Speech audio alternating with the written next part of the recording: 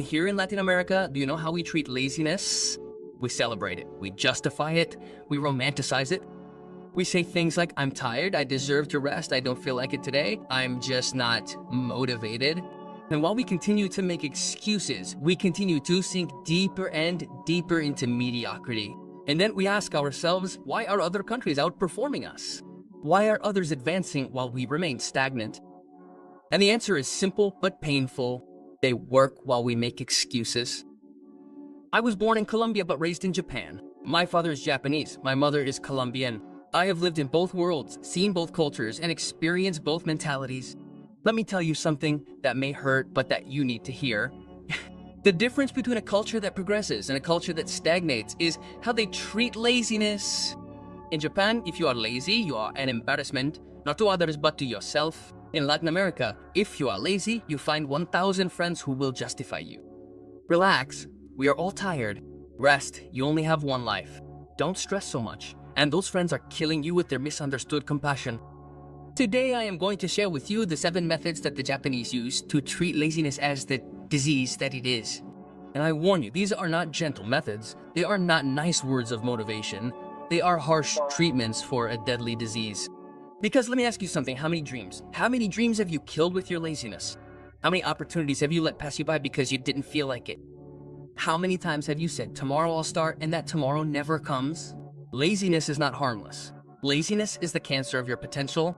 The first Japanese method is called Ichigo Ichi. It means once, one encounter.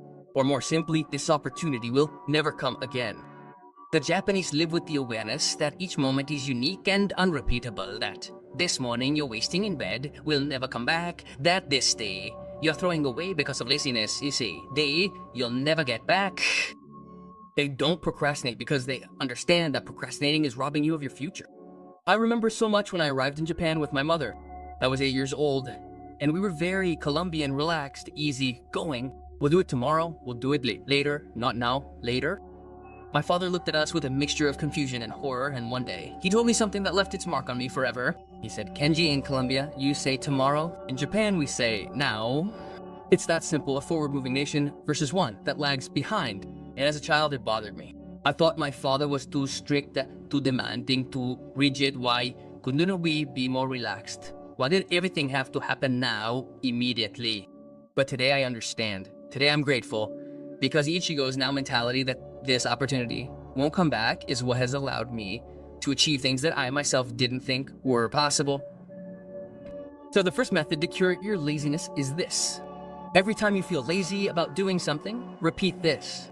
This opportunity will never come back. This moment is unique. And get up, move, take action. Not tomorrow, not later. Now, because time is all you have. Tomorrow is an illusion that lazy people use as an excuse.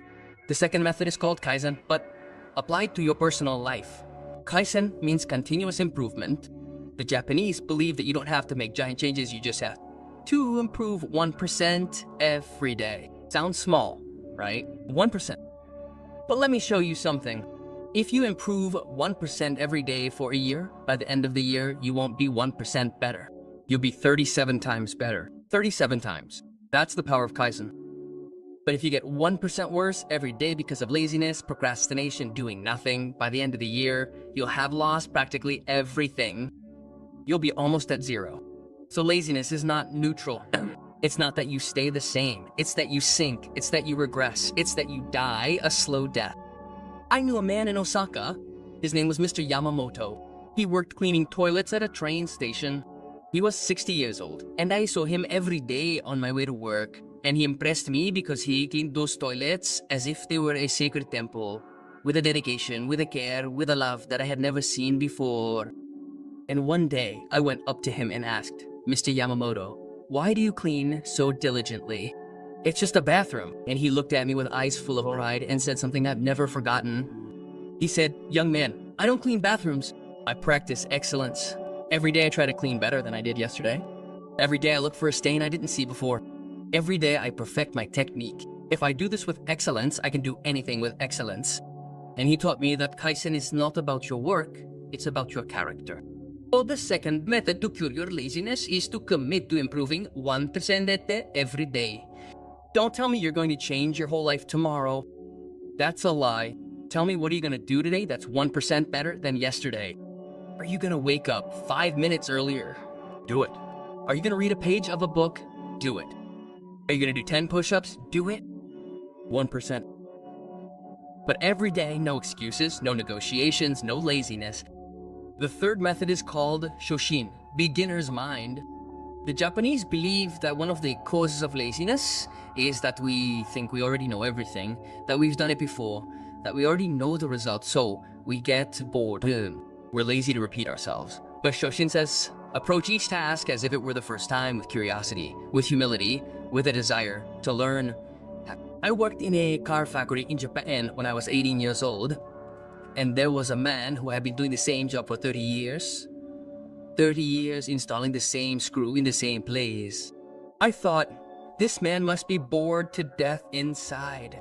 But one day I really observed him, and I realized that he looked at each car as if it were his first. He checked each screw with the same attention, making sure it was perfect. And I asked him, don't you get bored of doing the same thing for 30 years?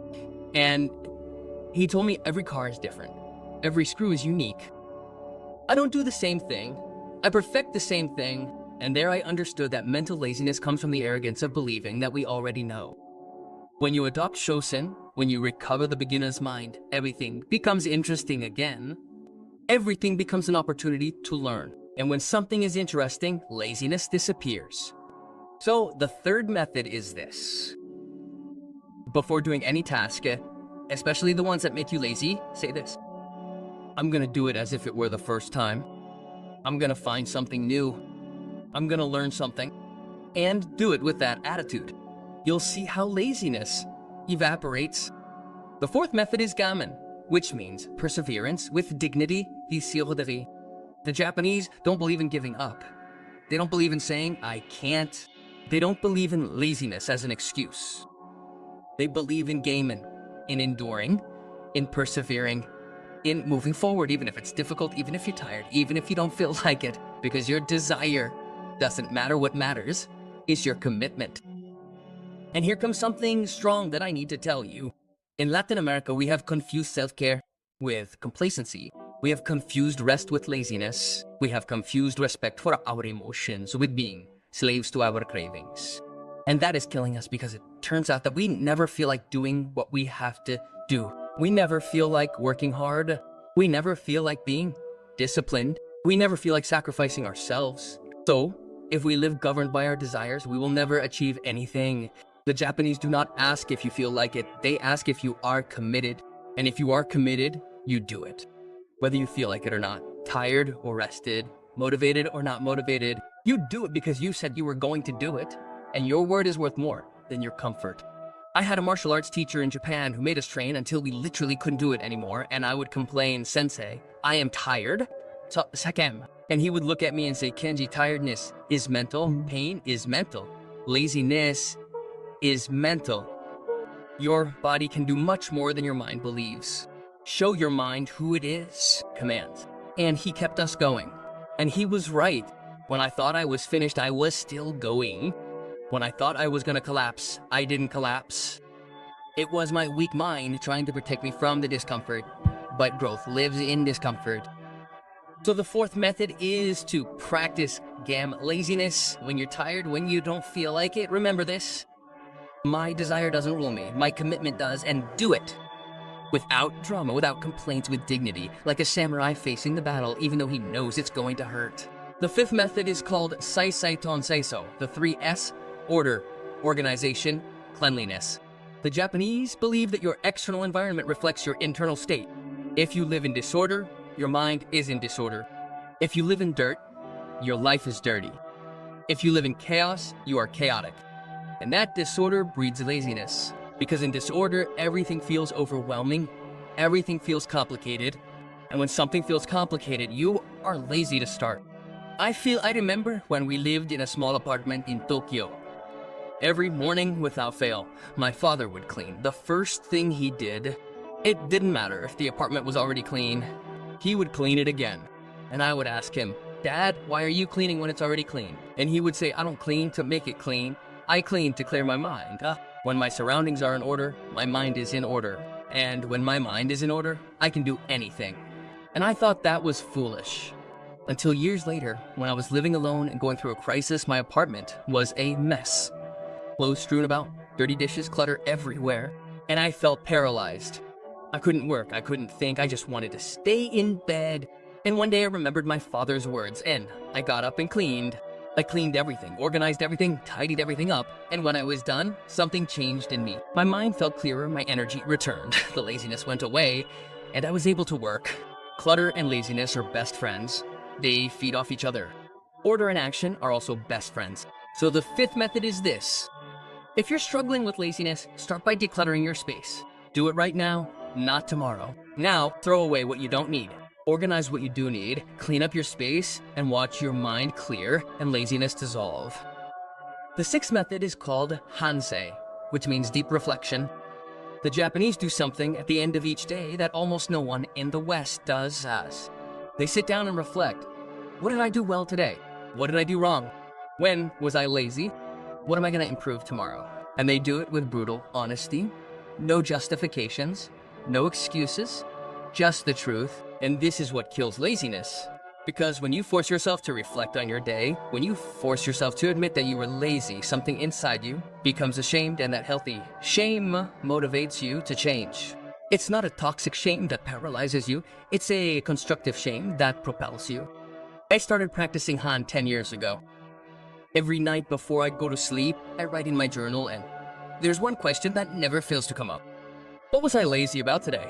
And I force myself to answer honestly, because it's easy to lie to myself during the day, it's easy to justify my laziness, but when I sit down at night and have to write it down, I can't lie to myself anymore. And that honesty is what has kept me disciplined for years, anas. So the sixth method is to practice Han every night. Before going to sleep, reflect, today, was I disciplined or was I lazy? Today, did I take action or procrastinate? Today, did I keep my word or make excuses? And answer honestly and write it down, because what you write becomes real, and what becomes real forces you to change. The seventh and final method is called Shogun, which literally means it can't be helped. Daisekanda. And this may sound contradictory, but listen carefully to Japanese. Know when to fight and when to accept. They are aware of the distinction between what you control and what you don't. And laziness often comes from wasting energy. We're worrying about things we can't control. And when we waste all our energy on useless worries, we have no energy left for action. And that feels like laziness, but it's actually mental exhaustion. Shogunai teaches you to let go of what you can't control and focus all your energy on what you can control.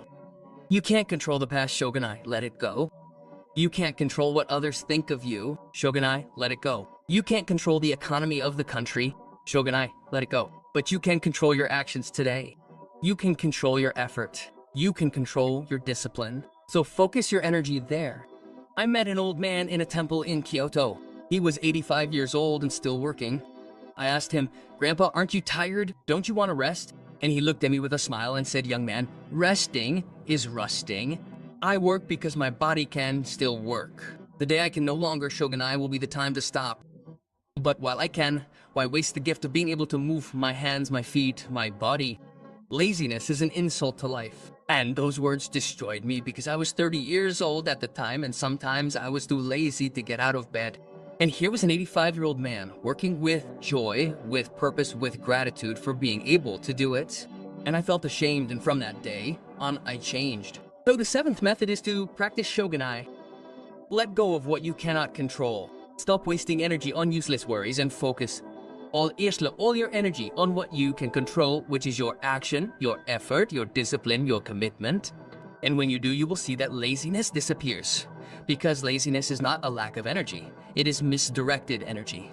Now let me ask you something, and I want you to be brutally honest with yourself. How much of your life have you wasted because of laziness? How many opportunities have you let pass you by? How many dreams have you killed? How many better versions of yourself have you sacrificed on the altar of comfort? And the most important question, are you going to keep doing it, or are you going to treat it like a disease that needs to be cured? Because let me tell you something that no one will ever tell you. Time doesn't wait.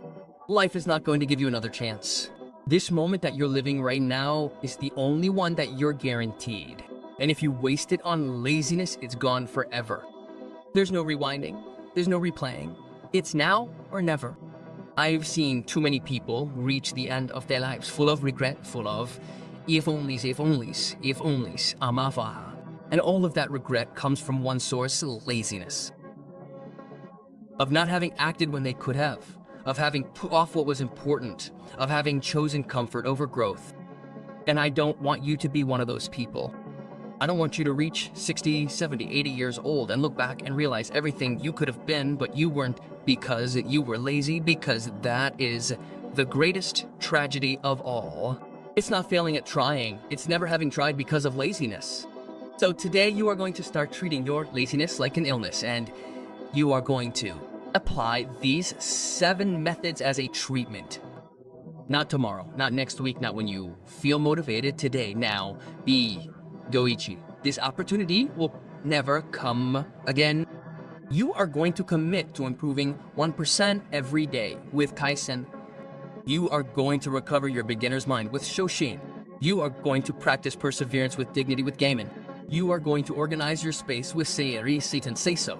You are going to reflect honestly every night with Hansei. And you are going to let go of what you can't control and focus on what you can with Shoganai. To put it bluntly, this won't be easy. The first few days, you're going to want to give up.